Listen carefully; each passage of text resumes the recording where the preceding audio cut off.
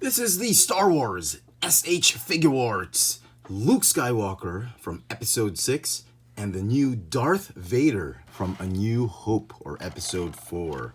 These figures are by Tamashii Nation's Bandai. Big thanks to Backstreet Toys for hooking me up with these figures. I'm going to do them at the same time. I don't feel the need to review them separately as I'm not really into SHF. I'm just trying to get into it. And this review is mostly going to be a commentary review on these figures. Okay, so here is a quick look at the packaging for both figures. Same, the gold stamp logo on clear window. Here's the artwork at the back. Darth Vader is the second version, supposedly. It's better. It's a better scaled figure compared to the Luke Skywalker. This one is an older figure and much more expensive figure. So put them all here. I'm just loving how the details of these figures are just so much better than their Hasbro counterparts. They're a little bit smaller. They're not perfect 1/12 scale, probably 1/13 scale or something like that. They're a tad bit smaller than the 6-inch figures from Hasbro, but the details are absolutely magnificent. Now, I do have issues with both figures, mostly with Darth Vader. We'll get to that in a while. So let's start with Luke. I love this figure. I think the sculpt is amazing. The details are as accurate as can be. Articulation is unbelievable. We'll talk about that later. But the head sculpt.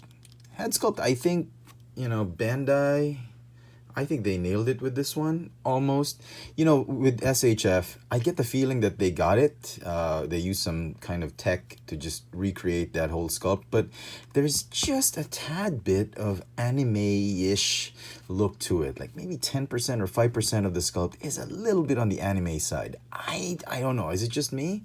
Maybe it's just me. It's my imagination. But that's what I'm getting with the vibe.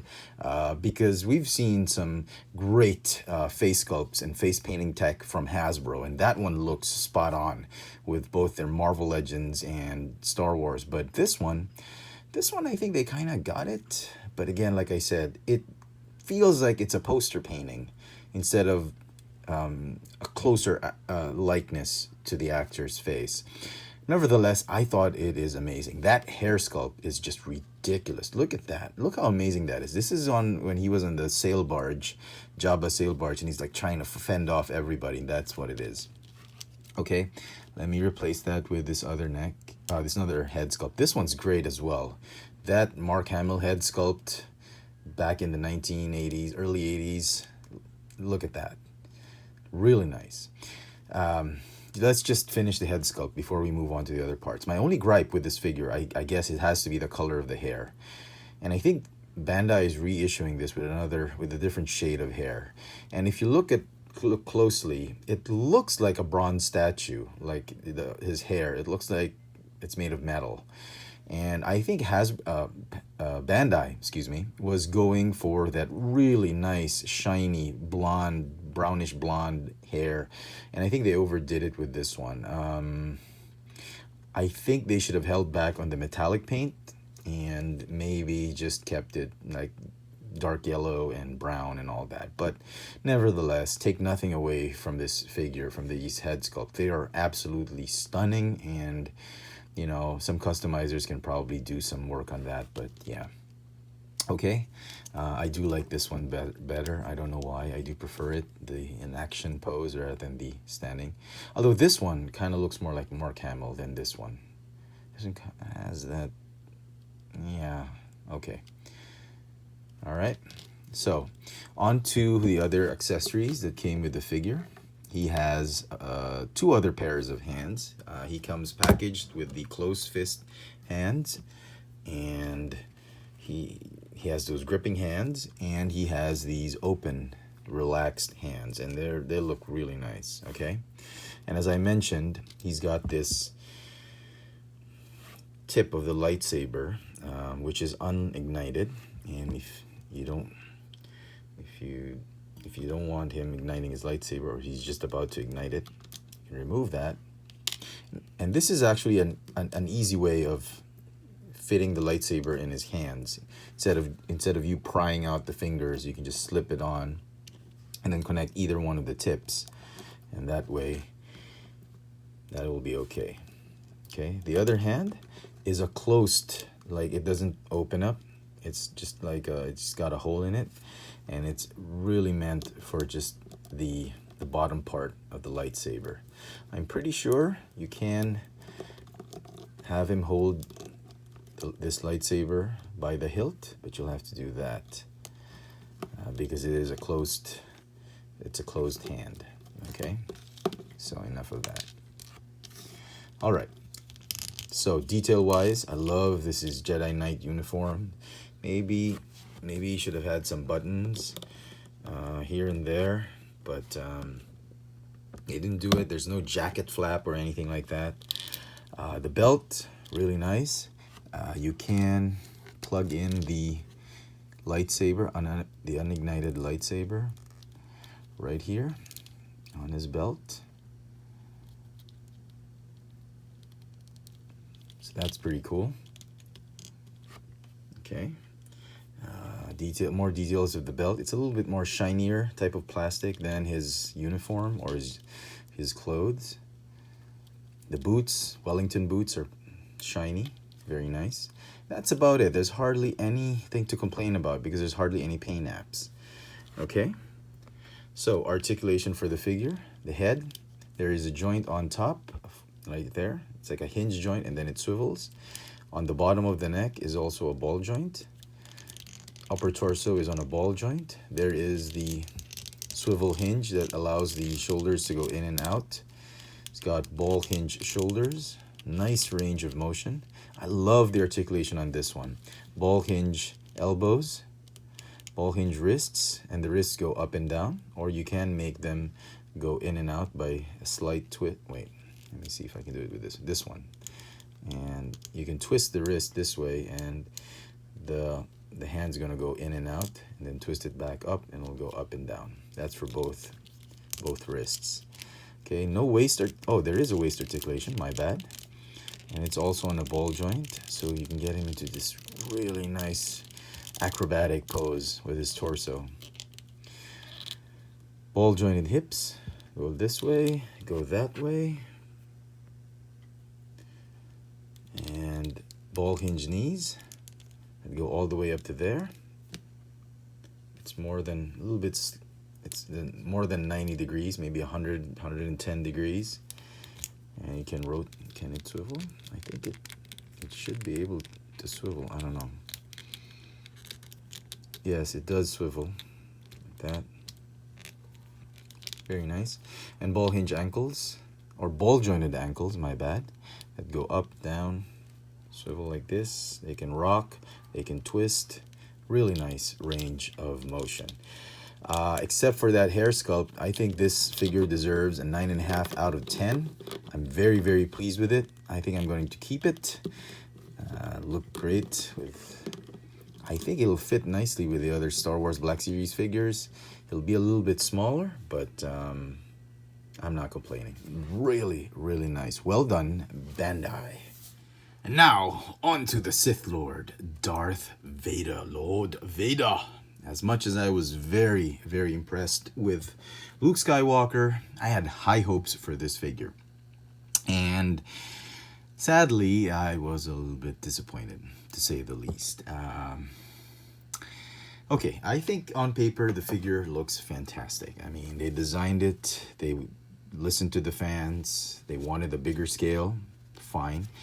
There's a lot of hands he comes with because the force choke, or you know, when he's threatening an admiral, and then he's got these open hands, and then that swiping hand, and closed fist, and the gripping hands. So that's pretty cool. I'm not going to talk about that too much.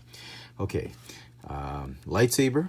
Let's just get it done and over with. You can remove the lightsaber, and you can have it unignited as well, which actually defeats the purpose of why there is a second lightsaber. But it's fine, and the reason they did that was so that they could bore a hole into that lightsaber without, if they had done that with this, it would be impossible to put the blade in. So, okay, excuse me. So, okay, I get that. The blade Fits in nicely like that. Okay, nice length, very proportionate to Darth Vader's blade. So okay, we'll do that. The other lightsaber tabs on here. It's the carrying lightsaber. When you're posing him, like force choking somebody or whatnot.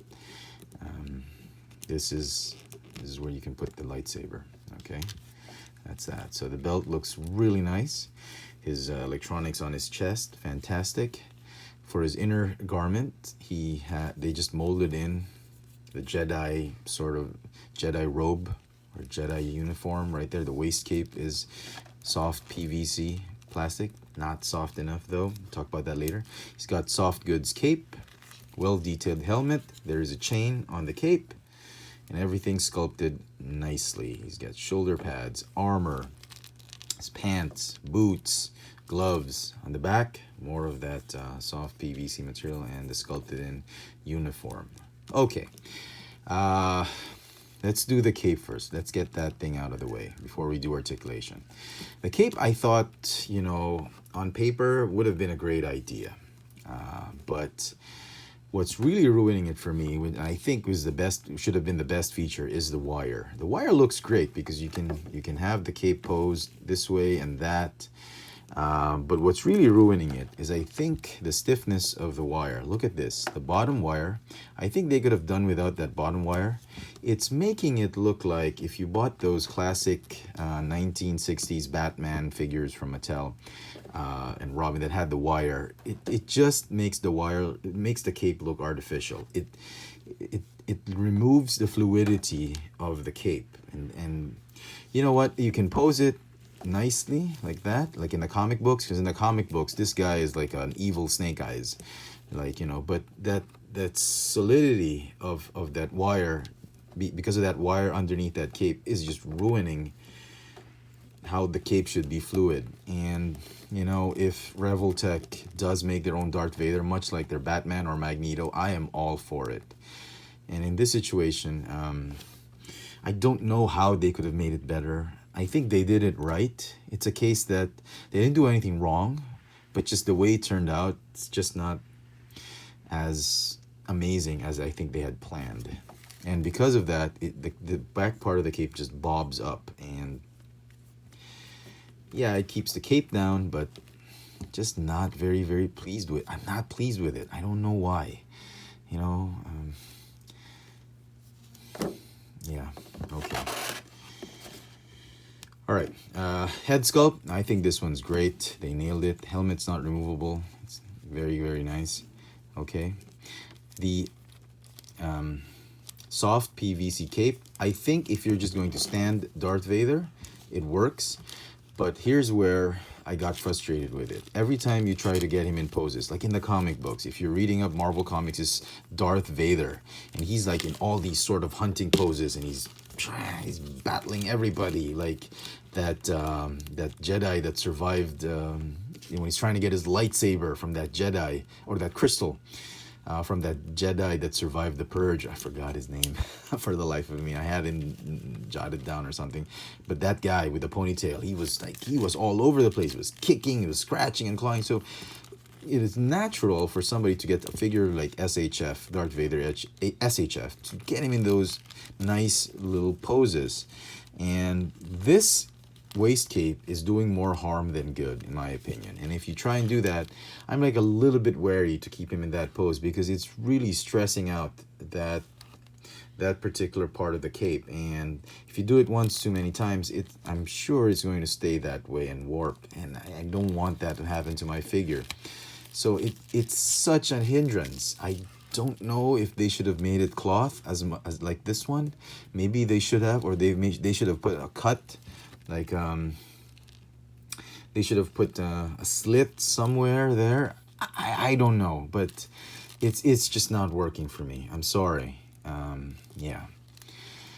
So yeah, the features that should have been great are not great. Okay. And finally, to the articulation, my biggest disappointment, I suppose. Okay. Head sculpt, okay. Nice ball-jointed articulation. You can get him in tons of nice poses. Okay. Ball jointed upper torso. You get a waist. Yep, a little bit of a waist articulation. You get ball jointed hips. They're severely hindered by the waistcape, as I mentioned. Go up, down like that. Double jointed knees. I thought this was great. It's SHF trademark to have that kind of articulation. Very nice. And then the ball jointed ankles that go that way, and some toe articulation. Okay. Arms. So he's got a ball hinge wrist. You can go up and down or twist it this way to go in and out. Double jointed elbows, bicep swivel, and an atrocious ball hinge, double ball hinge, or sorry, swivel and ball hinge shoulder. And look at this. I'm not sure why they wanted to do this, why Bandai opted for this kind of articulation of the shoulder. Maybe it's because of this, the shoulder pad, so that the shoulder armor will move with the shoulder. But having the joint so much well inside the body just puts the figure out of whack in some poses. And with the Luke, I would have actually been happy with, you know, with this kind of articulation for the shoulder, an in and out movement and ball hinge. I would have been totally happy with that. But because it is a ball joint, when you try to move it, it feels like it's well below where it should be, and you have to raise it up. And it's a case of too much articulation that's not doing wonders for the figure. And sure, you can position him any which way you want. There's better range of motion, but it's not helping the figure. Unlike this one. This one was amazing. I think all that kind of double hinges on the shoulders work wonders for that figure. But this one is just, yeah, it's just not working for me. And when you take it out of packaging, it's a little bit tight, and you're afraid you're gonna break that stem if you try and twist it. And to me, I thought that kind of engineering might have looked great on paper, but it's not great as a final product. And with that, I don't think I'm going to keep this. It's going to get a, you know, the details might compensate for my disappointment, so I'm going to give it a 6.5 out of 10.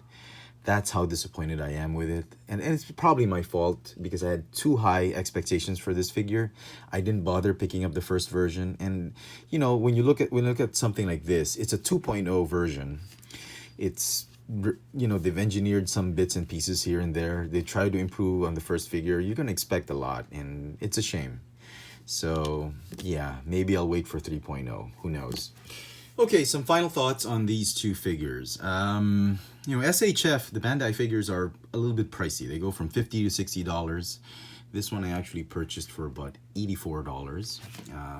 Secondary market, there's a collector who was disposing of it. If you're in the Black Series collectors, I think with Darth Vader, I'm with Hasbro on this one.